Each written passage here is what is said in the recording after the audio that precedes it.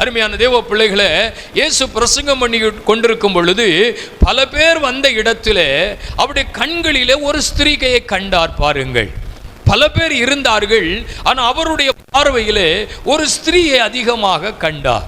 அவள் எப்படிப்பட்ட ஸ்திரீ என்றால் 18 வருஷமாக அவள் கூனியாயிருந்தவள், 18 ஆண்டுகளாக தன் சரீரத்தில் பாதிக்கப்பட்டவள், 18 வருஷமாக நிமிர்ந்து பார்க்க முடியவில்லை.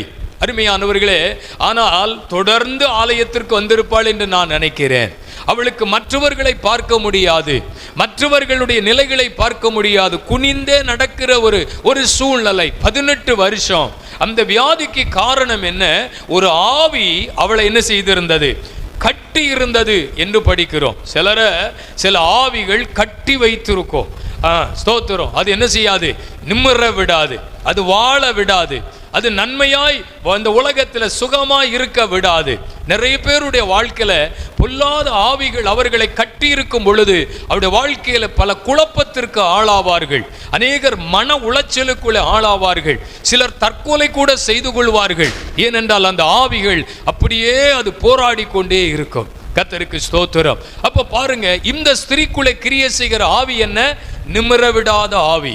18 வருஷமா ஒரு போராட்டம், 18 வருஷமா வாழ்க்கையில பிரச்சனை. அருமையானவர்களே, ஆனால் அவள் தவறாமல் கர்த்தருடைய ஆலயத்திற்கு வந்திருக்கிறாள். அல்லேலூயா, கர்த்தருக்கு ஸ்தோத்திரம். நன்றை கவனியுங்கள்.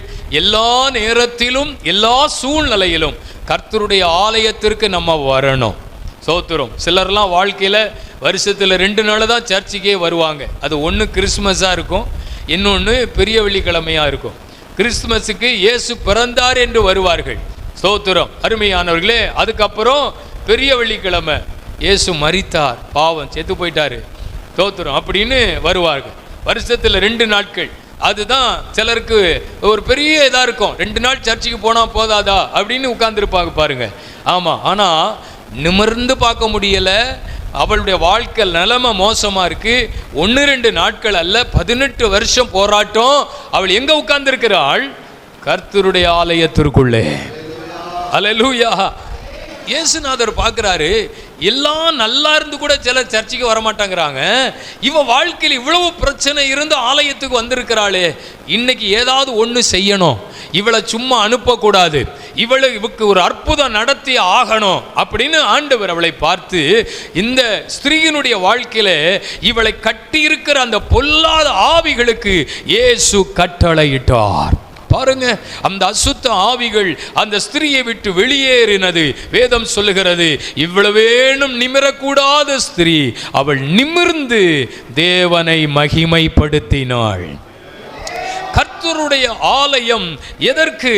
மகிமையை வெளிப்படுத்த தெரிந்து கொள்ளப்பட்ட இடம். இந்த இடத்திலே ஆண்டவர் வரும் நாட்களில் அநேக அற்புதங்களை கர்த்தர் செய்வார். அன்றைக்கு தேவாலயத்திலே தம்முடைய மகிமையை வெளிப்படுத்தினார். நல்ல அல்லேலூயா சொல்லுங்க பார்க்கலாம். அல்லேலூயா. தேவன் தம்முடைய மகிமையை வெளிப்படுத்த தெரிந்து கொள்ளப்பட்ட இடம்தான் தேவனுடைய வீடு. ஆண்டவருடைய மகிமை வெளிப்படும். வியாதியா? தேவனுடைய ஆலயத்துக்குள்ள வாங்க. பிரச்சனையா? உலகத்தால தீர்க்க முடியல, உலக சக்தி தீர்க்க முடியும், ஆலயத்துக்குள்ள வாங்க. ஏனென்றால் மெய்யாகவே கர்த்தர் இந்த ஸ்தலத்திலே இருக்கிறார். உள்ள வரும்பொழுதே ஒரு அற்புதம் நடக்கும், உள்ள வரும்போதே ஒரு விடுதலை கிடைக்கும், உள்ள வரும்பொழுதே ஒரு நன்மை உண்டாகும். தேவனுடைய நாமம் மகிமைப்படும். அல்லேலூயா. கர்த்தருடைய நாமம் மகிமைப்படும். அல்லேலூயா. கஷ்ட நேரங்களிலே சூழ்நிலைகள் எதிராயிருக்கும் போது கர்த்தருடைய ஆலயத்திற்கு வாருங்கள். உங்களை சந்திக்கிற ஒருவர் இங்கே இருக்கிறார். நீ எந்த சூழ்நிலையில இருந்தாலும் உங்களுக்கு அற்புதம் செய்ய அவராலே முடியும். பாருங்க, தேவனுடைய ஆலயம் தேவனுடைய மகிமையை வெளிப்படுத்துவதற்காக